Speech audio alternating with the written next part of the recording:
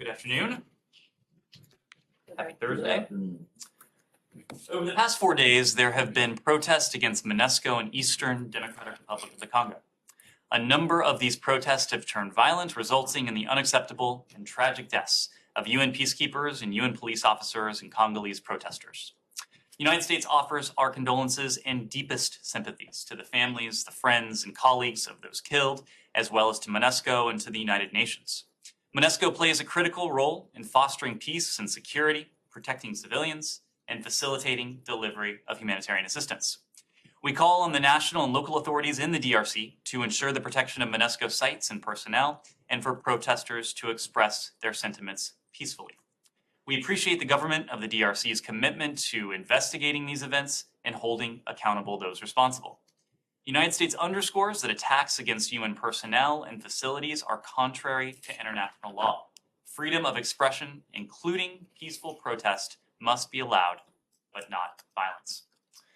Next, today, the Department of State published our annual investment climate statements, which describe the investment climates of more than 160 countries and economies around the world.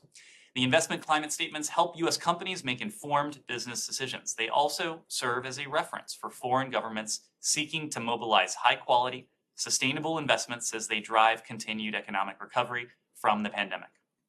A welcoming investment climate can help attract high-quality, durable investments and support the global economic recovery from the COVID-19 pandemic.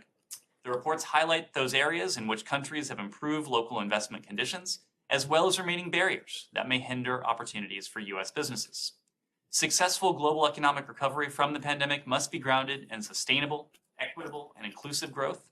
To that end, the statements not only cover market conditions, but they assess how governments uphold international labor standards, enable responsible business conduct, combat corruption, and implement policies to mitigate and adapt to the effects of the climate crisis. The statements can be found online on our website. And finally, I am pleased today to announce that we are marking the 100th anniversary of unbroken diplomatic relations between the United States and Estonia, Latvia, and Lithuania. The story of these steadfast relationships is a remarkable one.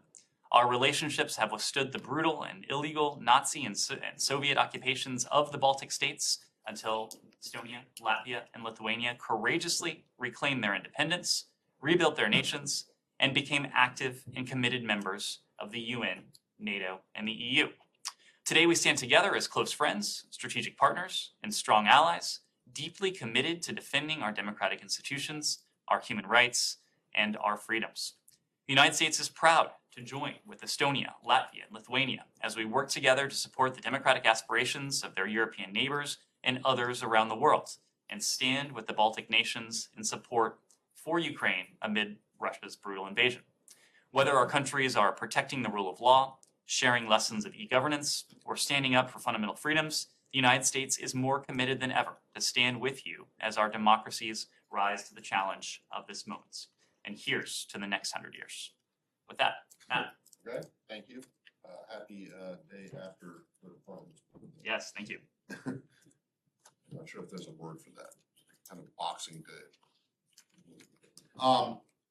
Following up on the Secretary's remarks from yesterday on Russia, has there been any movement on either the proposal that you have submitted or on arranging the Secretary's phone call with Foreign Minister Lavrov? So as you heard from the Secretary yesterday, we have expressed interest. We have made clear to the Russian Federation that we are seeking a conversation between Secretary Blinken and Foreign Minister Lavrov. Before the Secretary spoke yesterday, we had made contact with the appropriate Russian counterparts to put in a call request. The Russians acknowledged that call request yesterday. We have continued to go back and forth. As you know, Foreign Minister Lavrov is in the midst of travel, so I don't have any update to provide in terms of when they may be able to connect, but we continue to discuss that in the appropriate channels. Among the issues that the Secretary outlined that he would broach with Foreign Minister Lavrov, first and foremost in this case, is the continued wrongful detention of Brittany Griner and Paul Whelan. As part of that, the Secretary said yesterday that we had put forth a substantial proposal, and that he would seek to use that call to attempt to move towards a resolution on the basis of that substantial proposal. So the call, of course, has not happened. He has not had an opportunity to seek to do that with Foreign Minister Lavrov, but it is something that we are continuing to pursue, and we continue to expect that they'll have an opportunity to speak in the coming days. Okay, but presumably the substantial proposal wasn't submitted to Foreign Minister Lavrov, so I'm just curious if there's been any, aside from a conversation, or do you not expect there to be any movement on this until at least after they speak? Well, let me back up. We have conveyed this substantial proposal directly and repeatedly to Russian counterparts. We have done so over the course of several weeks. It had been our hope that with the conveyance of this proposal, that we would have been able to resolve these cases before we got to this point. But is it your analysis, or is it the thinking of the administration that you don't think that Russians will respond, or there will be any movement on the proposal until after conversation between Lincoln and Lavrov? I will leave it to the Russians to speak to their willingness. It has consistently been our hope. We have sought to resolve these cases, to see Paul Whelan, Brittany Griner freed as soon as we started working these cases.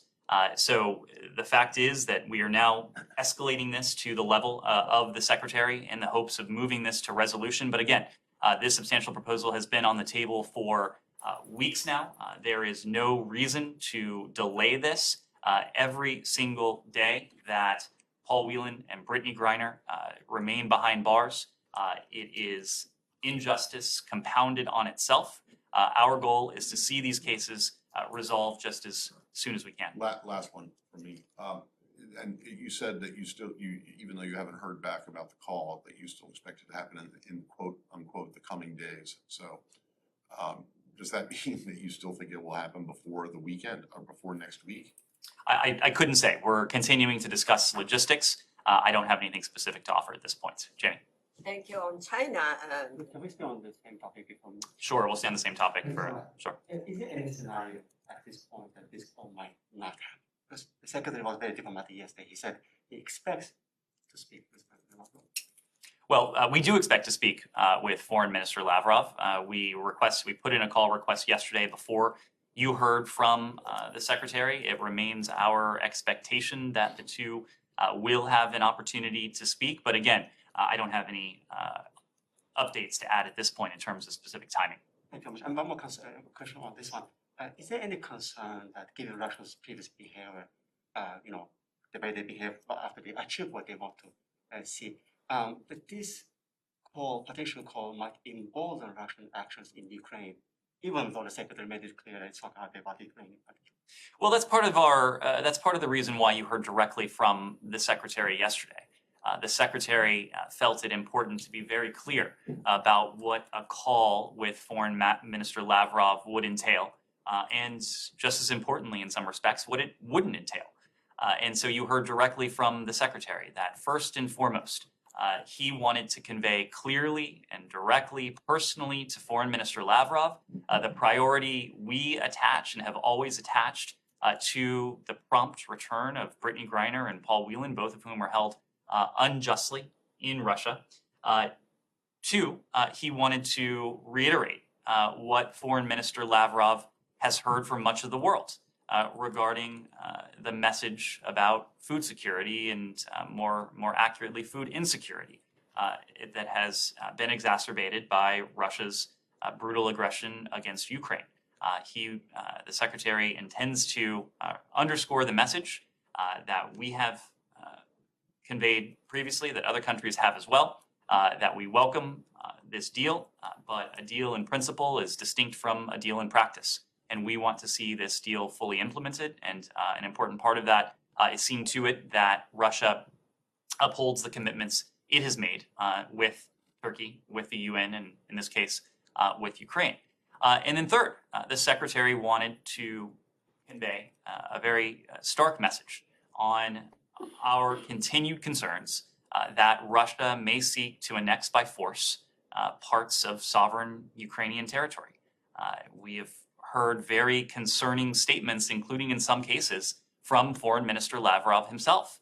The Secretary quoted Foreign Minister Lavrov yesterday, who said just in recent days that Russia's geographic aims go well beyond the Donbass and potentially include other regions.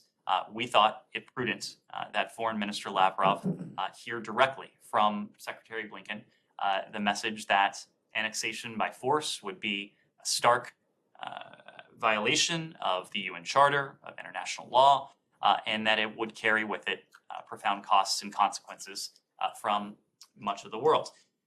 That is what the Secretary expects to have an opportunity to convey. Importantly, however, you also heard from Secretary Blinken yesterday that this would not be a negotiation about Ukraine. This would not be a return to business as usual. That is for Ukraine to take up with Russia, and our Ukrainian partners have made very clear that they are ready and they are fully cognizant that Russia's aggression against Ukraine must end through dialogue and diplomacy. At the same time, we haven't seen any indications from Russia that it is presently interested in engaging in constructive dialogue and diplomacy.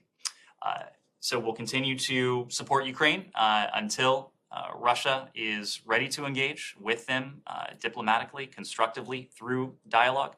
You heard from the Secretary yesterday about the massive levels of that support to strengthen Ukraine's hand on the battlefield, evidence of which we continue to see every day, and ultimately to strengthen Ukraine's hand at any negotiating table that emerges. Anything else on this? Yes. Sure, Shannon. So I asked the Secretary earlier this month at the G20 summit, specifically if there was a price to pay for Americans like Brittany Griner and Paul Whelan for his lack of engagement with his Russian counterpart. He said the same thing, basically, Russia's not ready to engage in meaningful diplomacy. Can you tell us where that calculus shifted, and also that substantial proposal that is for the freedom of Griner and Whelan? Do you see any scenario where the U.S. completes a deal where just one of those detainees comes home? So let me make a couple points. What you heard yesterday from the Secretary, of course, that isn't something we do every day, but this is a horrifying practice that puts lives in the balance, and in cases it calls for extraordinary tactics and measures. And a few things to your question. The Secretary wanted to, and we wanted to convey very clearly and directly to Foreign Minister Lavrov, so there is no mistake in Moscow, the priority we attach to the prompt resolution of these cases, meaning the prompt release of Paul Whelan and Brittany Griner. We believe that now that this message, this substantial proposal, has been conveyed directly and repeatedly through appropriate channels in recent weeks, of course without resolution, then now was the time for the Secretary to convey that message very clearly. There are a range of concerns we have with Russia. The continued wrongful detention of these two individuals is one of them, but there are other issues that are vital priorities to us and also to the international community. I mentioned two of them already. Concerns regarding potential annexation by force, and then the fact that it remains incumbent on Moscow to uphold its commitments to the international community, but specifically in this case to Turkey, to Ukraine, and to the UN regarding the grain deal. So again, this is not an opportunity for these two foreign ministers to engage in a negotiation. This is an opportunity for Secretary Blinken to convey very clearly, very directly on these areas that are of vital interest to us. Yes? Sorry, the second part of the question? Which was? Deal or? Again, it is our priority to see both of them released as swiftly, as promptly, as could be possible. Jenny. Have you heard any response to this proposal since it was presented weeks ago to Moscow? Have there been any counter proposals from the Russians? And is the U.S. prepared to add more to the proposal on the table if that's what it would take to bring Griner and Whelan home? Jenny, it is not our intention to negotiate in public. It's not in our interest to do so. There is one single overriding interest that we have, and that is the prompt release of Brittany Griner and Paul Whelan. We are going to be careful in everything we do and everything we say, not to run afoul of that overriding priority, not to do anything, not to say anything that might set back that ultimate cause. I'm just not going to get into the details beyond what you heard from the Secretary yesterday. We consider this to be a substantial proposal. We've conveyed it repeatedly, directly over the course of several weeks.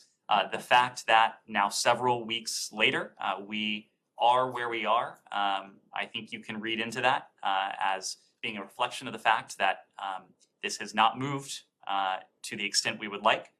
And we want to make very clear to the Russians directly, in this case, in a conversation with Secretary Blinken, the priority we attach to this. And can I quickly follow up? Do you have any update on Mark Fogel's case and whether he'll be deemed wrongfully detained? There's nothing additional I'm in a position to offer at this stage. I addressed this issue broadly earlier this week, made a point of saying that we are providing all appropriate assistance to Americans who are detained in Russia. We continue to call on Moscow to provide regular, consistent consular access to our embassy, to Americans who are in pretrial detention, to Americans who have been sentenced in Russia. And again, there has been a discussion of this process of determining whether someone is wrongfully held. What I will say is that in all cases, we consistently review the totality of the circumstances. And without going into a particular case, I will just say that we are always looking at developments. We are always looking at those circumstances in determining whether someone may be wrongfully held. Yes. Anything else on this? Go ahead. In China, Sure. and President Biden called PRC this morning. But the Chinese Foreign Ministry spokesman announced today that China will take crucial actions while House Speaker Nancy Pelosi visit Taiwan. Do you know what a crucial actions is?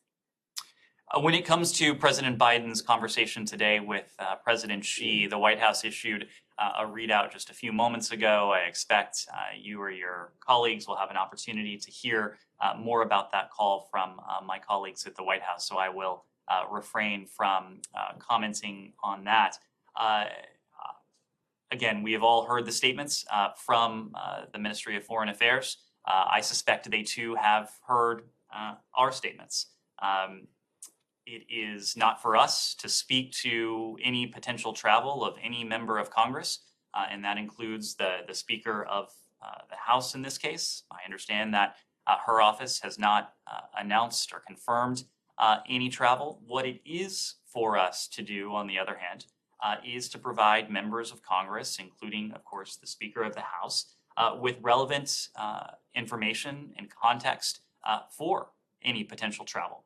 That includes security considerations, that includes geopolitical considerations, but we're just not going to detail any such conversations. The North Korean leader Kim Jong-un announced through the Korean Central News Agency yesterday that he was making full preparation to deter nuclear war. And one of the annihilation of the South Korean government and the military. He also wanted that the war would break out on the Korean Peninsula if the U.S. and Korea exercise was continued. What is your comment on it? The comments we've heard in recent hours are not categorically different from what we've heard from the DPRK regime over the course of recent months and recent years, unfortunately. We're not going to respond to them. I think it is fair to say that the DPRK also won't be surprised to hear the same message from us, and that is our commitment to the defense of the Republic of Korea and Japan, a commitment that remains ironclad. The DPRK, as we've consistently said, constitutes a threat to international peace and security in the global nonproliferation regime. We have a vital interest in deterring the DPRK, defending against its provocation or the use of force, limiting the reach of the most dangerous weapons programs, and above all, keeping the American people, our deployed forces in the region, and our allies safe from any threat to international peace and security. And to that end, we continue to consult closely with Japan, with the ROK, and with partners throughout the broader Indo-Pacific region and beyond on the threat that is posed by the DPRK's WMD programs. How is the United States currently approaching the North Korea? Where are we now? Well, we are not, unfortunately, in a markedly different place than we have been in for quite some time. As you know, Janie, we undertook in the early part of this administration a policy review to determine the most effective approach to the DPRK. The result of that policy review was and is a policy that seeks to advance our overriding objective of the complete denuclearization of the Korean Peninsula through dialogue, through diplomacy, through concerted partnership with our treaty allies.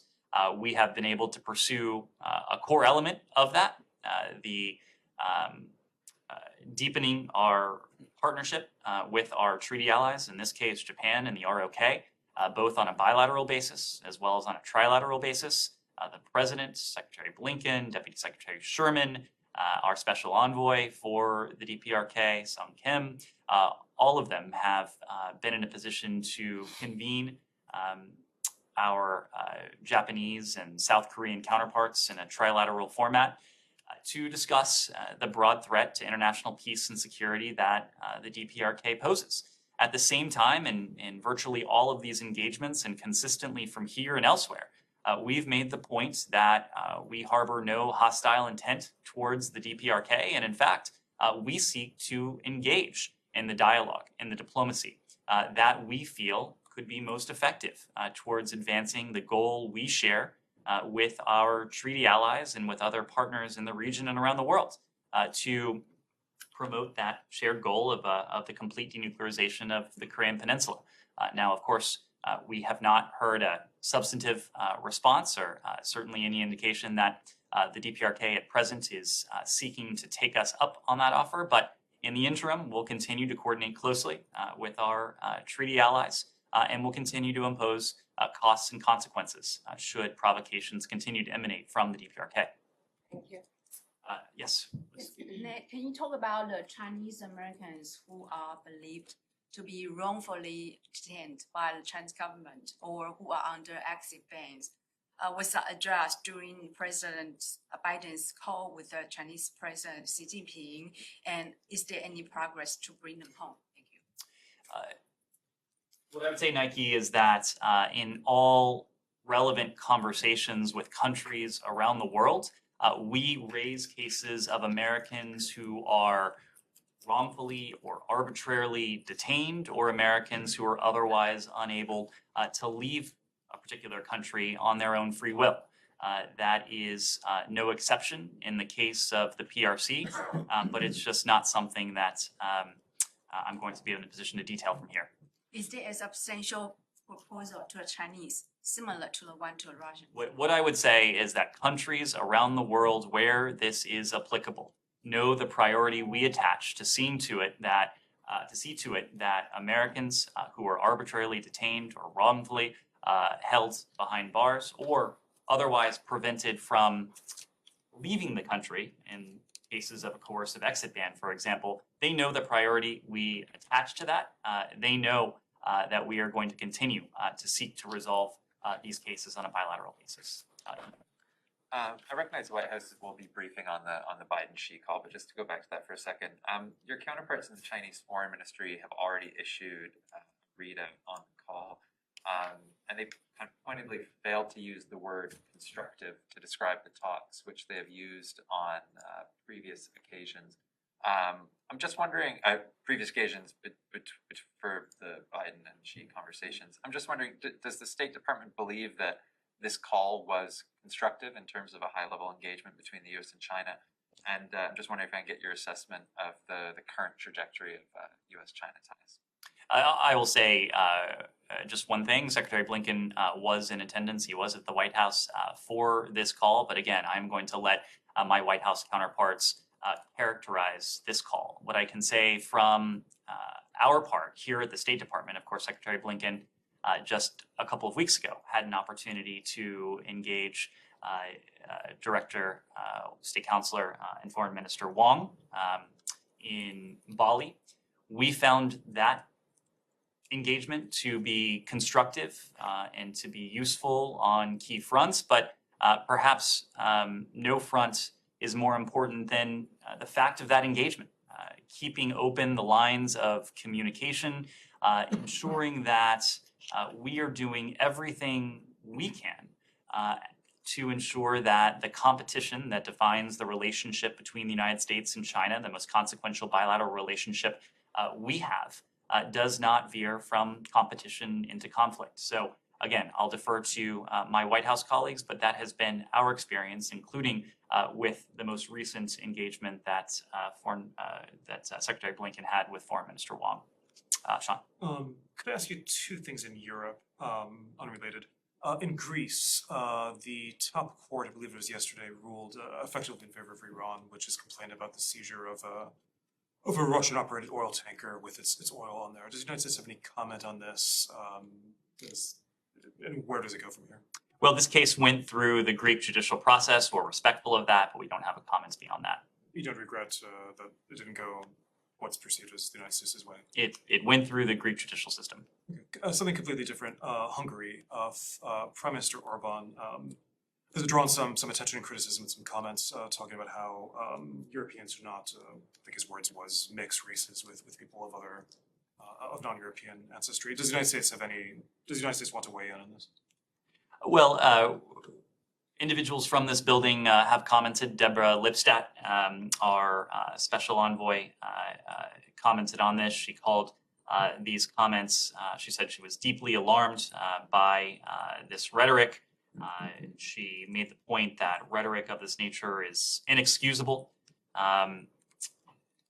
In some 75 years after the end of the Holocaust, only element I would add is that, and this is a point we've said before, what binds the United States and our allies around the world, with Hungary being an important ally, not only shared interests, but also shared values. And the remarks that we heard from Prime Minister Orban are not reflective of the shared values that tether the United States to Hungary, that serve as a foundation between the relationship between our two peoples, and that serve as a basis for the relationship between the United States and our other allies, whether it's in Europe, the Indo-Pacific, or elsewhere. Yes. A few on Iran, if that's okay. Do you see the release of Murad Tabaz as a positive sign for the other Americans held in Iran, or is this strictly tied to the Oman-facilitated UK-Iran prisoner negotiation? Let me just say on his release, and you may have seen this, but we welcome the news that Iran has released U.S. UK citizen Murad Tabaz from prison, that he's been since released on bail.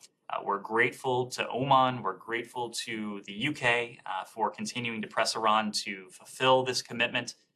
It remains one of our utmost priorities to secure the release and the safe return home of wrongfully detained Americans, and that includes Murad Tabaz. we've talked about this before, and I think Secretary Blinken alluded to it just yesterday.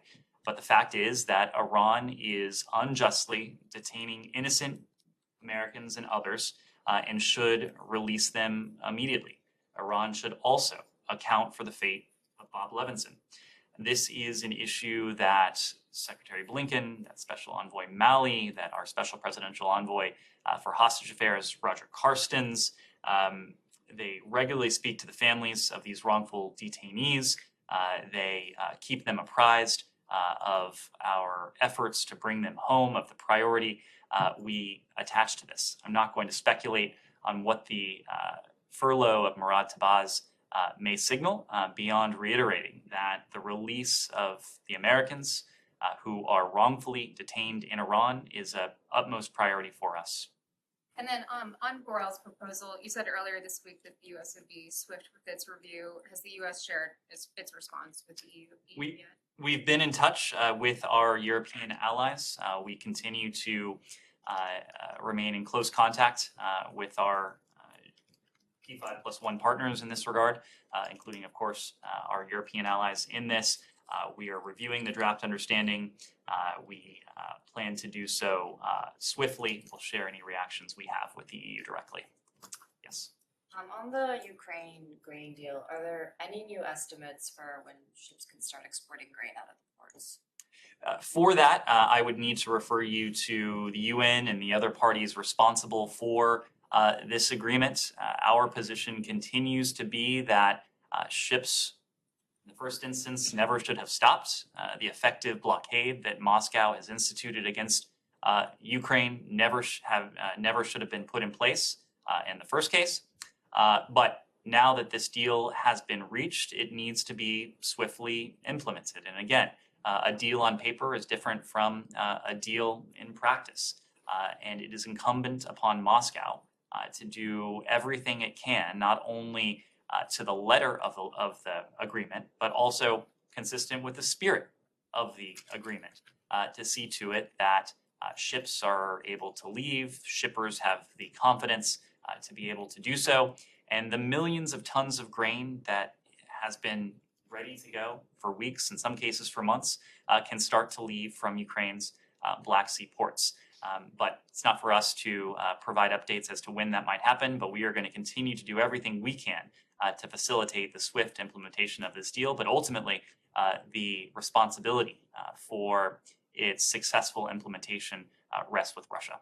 And then on a different topic, the G7 condemned Myanmar's executions today. Is the U.S. planning on taking any additional steps, sanctions, to further condemn the killings? All options are on the table.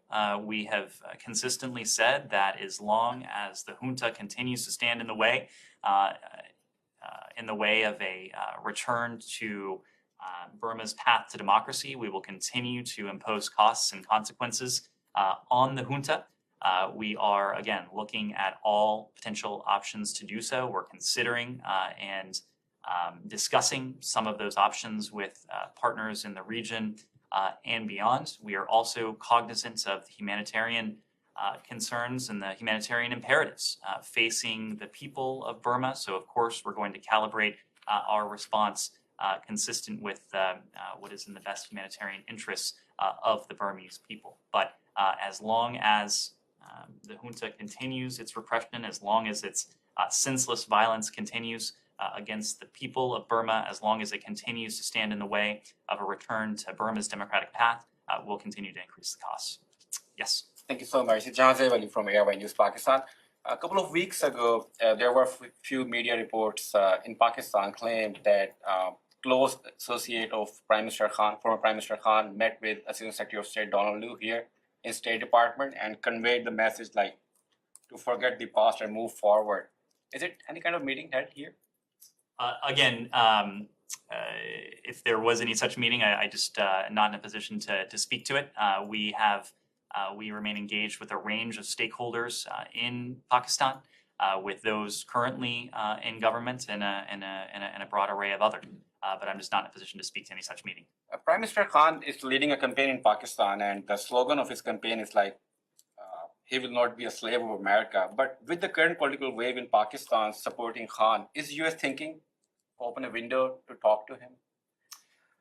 What we've said on this before remains true. We support the peaceful upholding of constitutional and democratic principles, including respect for human rights. We don't support one political party over another. We support those broader principles of the rule of law and equal justice under the law. So one last question. Last week, Special Assistant to Prime Minister Shehbaz Sharif met with Assistant Secretary of State here. Can you confirm that meeting? Tariq Fatmi was here. I'm not in a position to confirm that, but if we have anything to add or to confirm, we'll let you know. Yes. Supposedly the Israeli security minister has a meeting at the State Department today. With whom is he meeting and what topics are they discussing? I suspect you will see a readout from us later today, but Deputy Secretary Sherman is looking forward to welcoming the minister, and I suspect you'll see a readout after the meeting. Yes. Few questions on Iraq. On diversity visa applications, there are quite a few people that are waiting for interviews in Baghdad embassy. Is there a plan to resume the interviews there? And then on immigrant visa for Iraqis who are waiting for their interviews in Ankara, can you share anything on those? When do they resume? When it comes to diversity visa applicants, there's not much I can say on this front. There is litigation. These cases are pending before the U.S. Circuit Court of Appeals for the District of Columbia. And of course, we just have a policy of not commenting on any pending litigation. When it comes to broader immigrant visas, including those in awaiting their interviews in Ankara, we are committed to facilitating legitimate travel to the United States for both immigrants and non-immigrant travelers. Our visa services are fully open for business. Nearly all U.S. embassies and consulates have resumed full visa services. Embassy Baghdad, to your question, is an exception since as of January 1st of 2020, consular services, including in-person visa interviews, were suspended due to an attack on our facility. We have guidance on our website for how residents of Iraq can request to have their cases processed at other posts. More broadly, we're reducing visa appointment wait times in all visa classes as quickly as we can. This is happening around the world. And in fact, visa processing is rebounding faster than even we projected after a near complete shutdown and freezing of resources during the pandemic. Immigrant visa processing worldwide is almost back to normal levels, with pandemic-induced backlog already down about 25%. And interview wait times vary by location and by visa categories. But as always, travelers should check the website of the nearest embassy or consulate for information. And then, if I may, where does the administration stand on the Iraqi government's call for a total and complete withdrawal of Turkish forces from Iraq? Again, you've heard this from us in the aftermath of the attack just a few days ago. The principle of Iraq's sovereignty is one that we uphold. We stand with Iraq. Foreign forces are in Iraq at the invitation of the Iraqi government, consistent with the principle of Iraqi sovereignty. And then the last one, the political deadlock in Iraq, the Iraqis' failure to form a government, does that raise concern here? Just yesterday, protesters loyal to Sadr stormed the Iraqi parliament in protest of a new candidate for the prime minister. On the issue of the protests, whether it's in Iraq or elsewhere, we believe that public demonstrations are a fundamental element of all democracies, but there is no place for violence in these demonstrations, either on the part of security forces or on the part of protesters. We've consistently reaffirmed our commitment to a strong, stable, prosperous Iraq. Long-term, deep, multifaceted, strategic partnership with Iraq serves both our interests as well as Iraq's interests. We've urged all parties to remain calm. On the broader question of government formation following the elections, we're prepared to work with the government that puts Iraqi sovereignty and the best interests of the people of Iraq at the heart of its agenda. What does that prepare mean? Do you guys have a communication with the Iraqis on that? We are in close contact with our Iraqi partners. It is a matter, of course, from our embassy in Baghdad as well as senior officials here. This is not a process in which we involve ourselves, the internal political process. But again, we stand ready to work with any Iraqi government that puts the interests of the Iraqi people at the heart of its agenda. Simon. I want to just come back to Iran. I wonder, based on reviewing the text that L'Oreal has come up with, do you see a likelihood of talks being resumed? How sort of positive are you that this could be like a new opening? Iran has welcomed the EU's diplomacy, but there's also the backdrop that the British spy chief was in the US last week and was basically saying he doesn't think that Iran really wants to do a deal. Where do you stand on that? So I would say a couple things. One, on the proposal that's been put forward by the EU High Commissioner. Again, we will be in touch directly, and we have been in touch directly with our European partners on this. We're reviewing that. We'll convey any feedback directly to our European allies in this case. But it is our understanding that the proposal that Mr. Borrell put forward was based on the deal that has been on the table, that was painstakingly negotiated among the P5+1, and the deal that we have been prepared to accept since March, for months now. So the holdup, to the extent we have not been able to achieve a mutual return to compliance with the JCPOA, has not been, we have not been the cause of that. There has been one country that has prevented a return to compliance with the JCPOA. That is Iran. We have made very clear that we are prepared to return to compliance with the JCPOA, assuming that Iran does the same. We have made that clear publicly. We have conveyed that message privately, if indirectly, to the Iranians. What we have not seen from Iran, whether in March or in the ensuing months, is an indication from them that they are prepared to make that political decision necessary to return to compliance with the JCPOA. That's why we've continued to prepare equally for scenarios where we have a JCPOA, scenarios in which we don't have a JCPOA.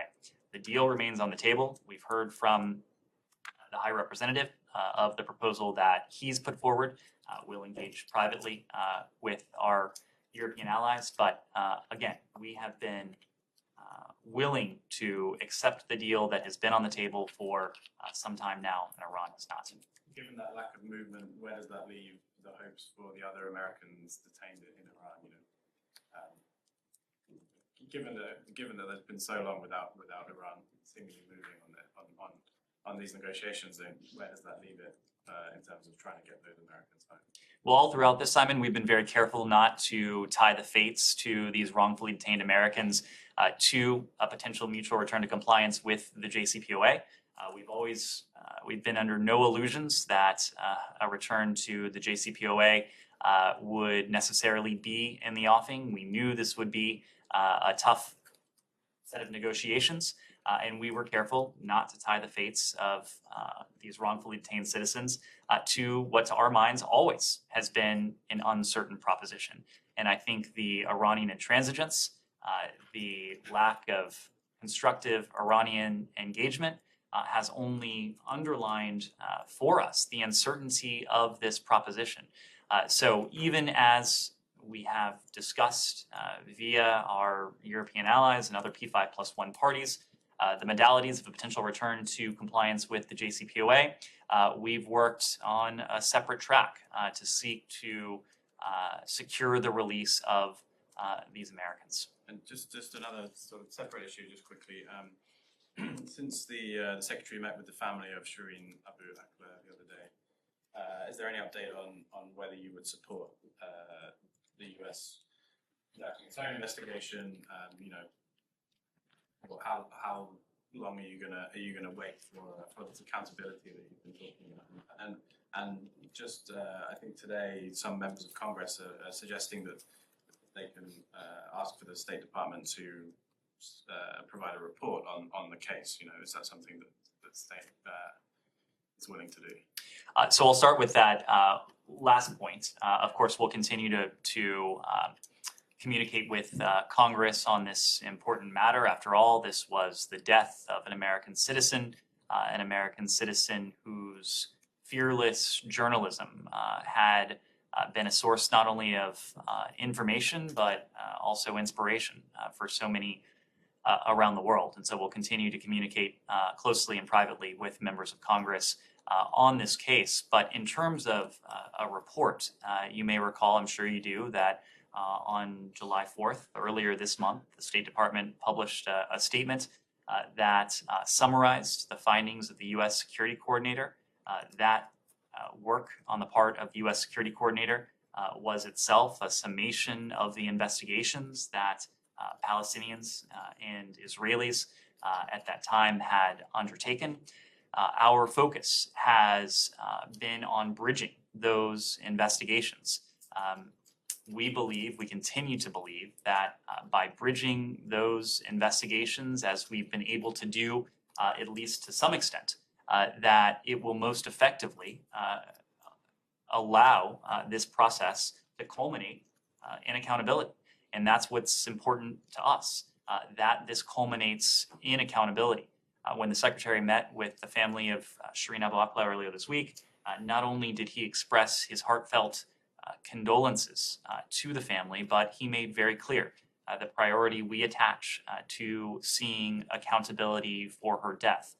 In this case, to seeing to it that steps are taken to put in place protections so that something like this can't happen again, or at least additional safeguards to protect against something like this from happening again.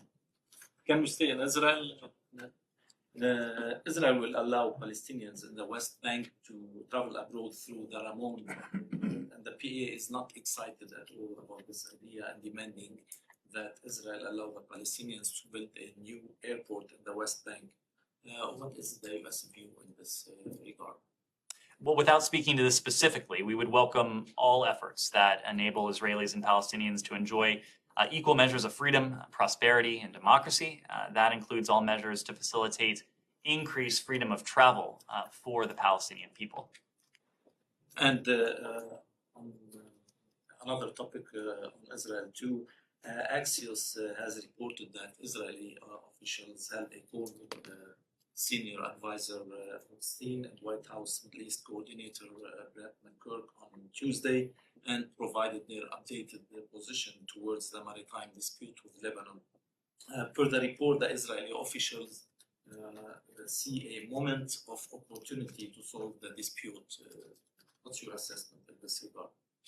I'm not in a position to confirm the details of that report, but what I can say is that, as you know, Amos Hochstein was in the region, both in Israel and Lebanon, just a few weeks ago. Since then, he has remained in close contact with Israeli counterparts as well as with Lebanese counterparts.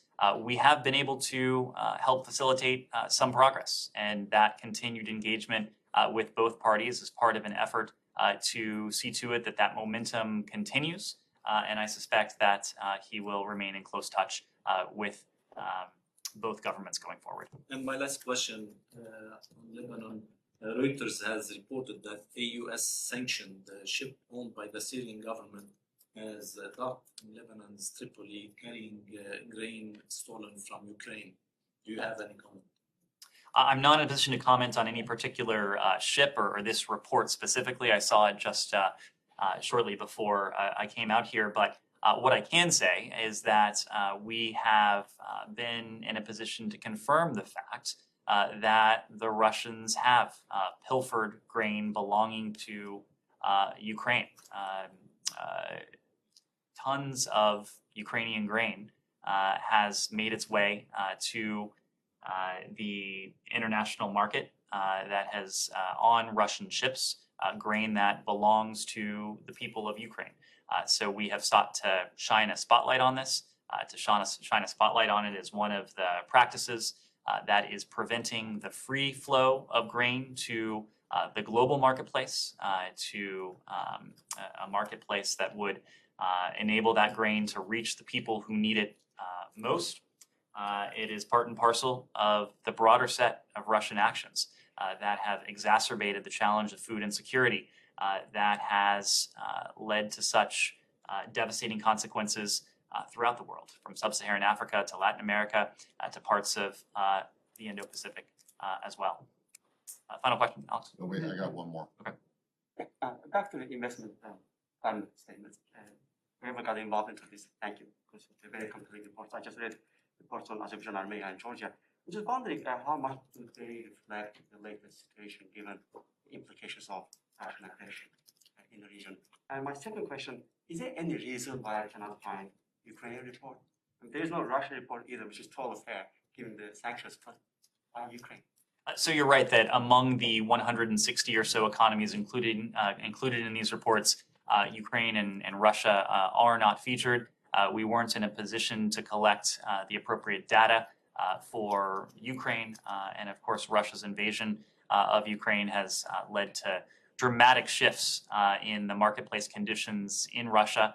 It's no secret, you heard from the Secretary yesterday, in fact, that some 1,000 multinational companies have left the Russian marketplace. It's a very quickly evolving set of market conditions, evolving in a way that is not conducive to business or international investment. So we were not in a position to write a country report for Russia. My question on implications for the other regions like South. How much do you think current ongoing Russian war is affecting the region, and how much is it reflected in these reports? How much is reflected in this these report? Reports that were released today, because they are 2022 reports. That's right. I'm just wondering how much do they reflect current latest situation? Well, again, our goal with engagement with the South Caucasus is to move forward towards that comprehensive peace that we've talked about. I'm not certain that Russia's aggression against Ukraine. I think the reports will discuss if there's been any implication for market conditions in the South Caucasus, but we need to refer you to the reports for that.